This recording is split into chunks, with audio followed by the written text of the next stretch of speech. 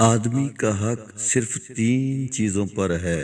Number 1، کھانا کھانا کہ اس کی پشت کو سیدھا رکھے۔ نمبر 2، کپڑا کہ اس کے بدن کو چھپائے۔ نمبر 3، گھر کہ اس کو پناہ دے۔ اگر ظالم اللہ تعالیٰ کو یاد کرے تو وہ اسے لعنت کے ساتھ یاد کرتا ہے۔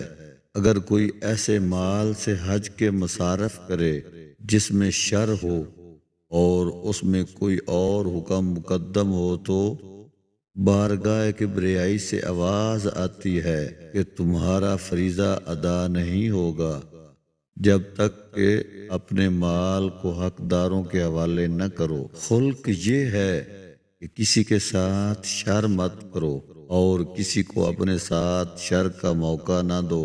آشنائی کے حقوق کو تلف نہ ہونے دو۔ ایک مسلمان کے دوسرے مسلمان پر 5 حق ہیں۔ سلام کا جواب دینا، بیمار پرسی کرنا، جنازے کے ساتھ جانا، کھانے کی دعوت قبول کرنا، چھینک کا جواب دینا۔ دنیا میں سب سے بڑا حق خدمت و احسار سے پیدا ہوتا ہے۔ اس شخص کے ساتھ محبت کرو جو نیکی کر کے بھول جائے۔